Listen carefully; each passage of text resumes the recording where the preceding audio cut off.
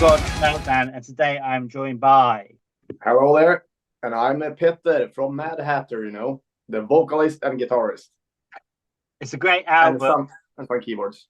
It's a great album. It's only been out a while, hasn't it, since May? So yeah. How pleased are you then with the feedback from media and fans so far? Really, it's really great to hear from fans. They really like it, and also the reviews as well. So I'm overwhelmed, actually, because this is more like a release from nowhere. I just had songs with a friend. I wrote songs, and had no bigger plans. But then we felt, hey, this is a good song, so we have to do an album from Mad Hatter again. So it's not actually a concept album, though, is it? Not entirely, no. But it's the album title name. It's more like every song fits under that type of, Oneironautics, the dream state where you're aware that you're dreaming, and the lyrics are almost related to that, that Wonderland feeling. Lost in Wonder is my favorite track at the moment. Which is yours on the album today, and why? I think Lord of Dragons, because I wrote that with a friend back in 2002 before I was a good singer. Yeah, and I found it, we recorded the demo of that song. It's a little bit changed now, upgraded, Yeah. But we found it on, when you have that, what did you call it, mini disc? Remember those? Yeah. Yeah. And we recorded on a keyboard with the MIDI drums. So that is a nostalgic feel to hear it, how it should sound. Brilliant. So that's why I like that song best, I think. So did you guys actually have a release party then on release day? Not the exact day, because we live quite far from each other in Sweden. But we had the week after. That's amazing. Then we had our party, yeah. What about the album artwork? That's pretty amazing. That's not AI generated, is it? No. It's, I paint, a lot. I'm also an artist, but this one is made from, I used iPad and Apple Pencil. Okay. So, yeah, so I created everything with help from that. That's amazing. So do you have that framed at home? No, I made it digital but I have the vinyl. That's what I wanted. That's why we made the vinyl, because we need the artwork to be bigger, Absolutely. It belongs on vinyl, doesn't it? That sort of artwork, without a doubt. Exactly. Especially in metal, you should have the artworks are focused. Of course. So what about plans, festival and tour-wise, and are there hopes to get over into UK even? The thing is, we have spoken a lot to start rehearse from the beginning, because we are more like a studio band now.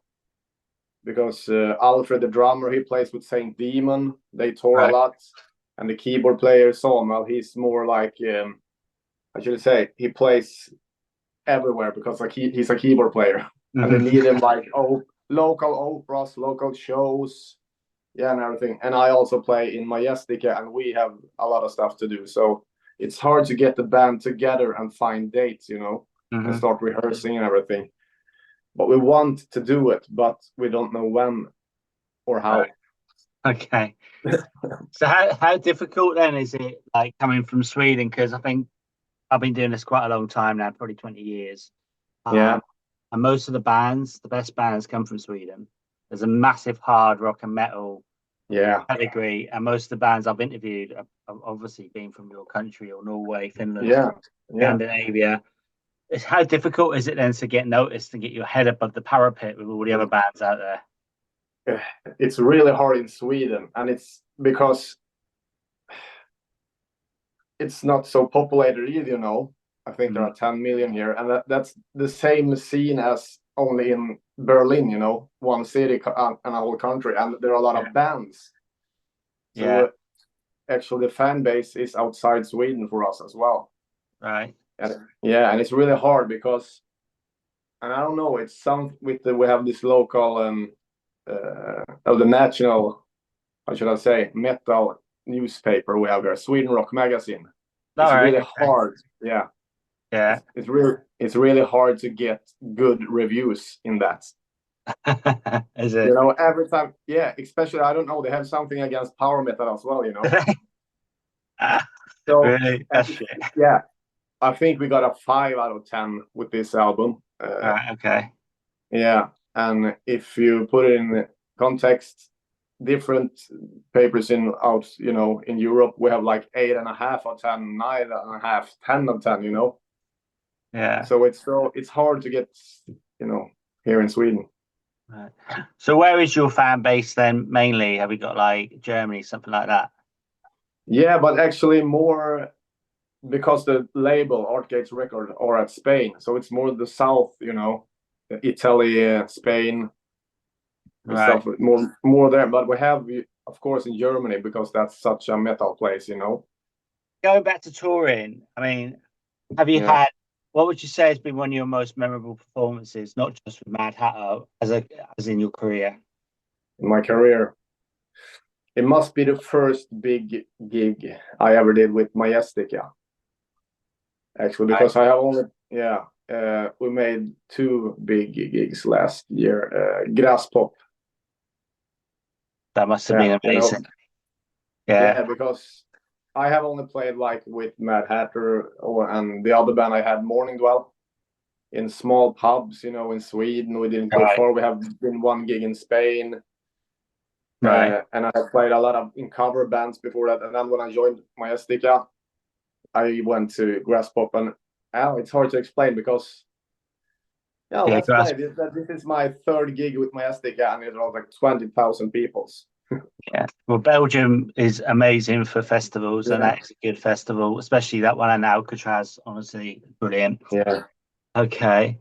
So if you could go out on tour with Mad Hatter, then who would be the ultimate band to go on tour with? The perfect sound. Maybe a dream would be, of course, Halloween, but I have to aim a little bit next level. I think you have bands like Stratovarius would be cool, or maybe someone from my country so you can speak in the bus, Hammerfall. Yeah, Hammerfall. They're about to release another album soon as well, aren't they? I think. Yeah, so that's they cool. are. Okay. I think those bands would be cool, and also but a big main influence is Tobias Sammet, for me. Edguy, Aventasia, but Aventasia don't tour; they just play at special festival, I guess. I'm not sure, but that would also be awesome. Yeah. Okay, and so if you were about to go into battle, which album would you have playing? I'm thinking actually about more heavy music, so Fear Factory, Demonia Factory. Yeah, that's a good album. Brilliant. Okay, so then back to your album. Are you going to be releasing any more videos? No, we're not going to do it. Maybe we have spoken about a more playthrough with the whole band. Okay. A more simplistic video when we just play and have fun, If you were trapped in a room for a day, which famous musician would you have with you? It would actually be cool to be with Yngwie Malmsteen. Yeah. To see if he really, to see if he's the person people say. Yeah. Apparently so. Yeah, that would be cool. If there was like a heavy metal song, a made up heavy metal song, power metal song about yourself, what would it be called? Into the Wild, maybe. Cool. I don't mean that I'm wild. I mean that I like the forest, the nature. Yeah. That's a reference to the movie Into the Wild, Brilliant. So can you then give us 4 words to describe the album? I'm not going to say it because I'm not going to say it right. Oneironautics? No. Oneironautics. That's the one. Yeah. Oneironautics. I think like that myself. I have to use Google Translate to get it right myself. Yeah, I've been trying. 4 words. Playful. Classic. Energy. And dreamy, actually. Do you prefer vinyl or digital? Vinyl. Okay. Meatballs or beer? Beer. Festival or small intimate gig? Right now, festivals. Okay. Are you guys saints or sinners? Saints. Okay. Yeah, Ish. Ish.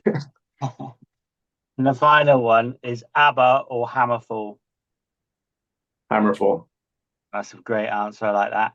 All right, mate. I want to thank you so much for your time this evening. Do you have any final words for your fans, our viewers, and listeners? Thanks a lot. I just want to thank everyone that supports me, a small band from Sweden that tries to play the classic themed power metal, and you'll mean a lot to me.